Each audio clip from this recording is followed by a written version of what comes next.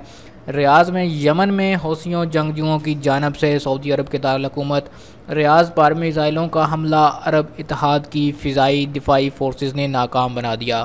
तफसीलात के मुताबिक सऊदी अरब की फ़िज़ाई दिफाई अफवाज ने गुज़श्ता रात यमन के हौसी जंगजुओं की जानब से दारुल हुकूमत रियाज़ पर दागे गए बैलिस्टिक मिज़ाइलों को तबाह कर दिया।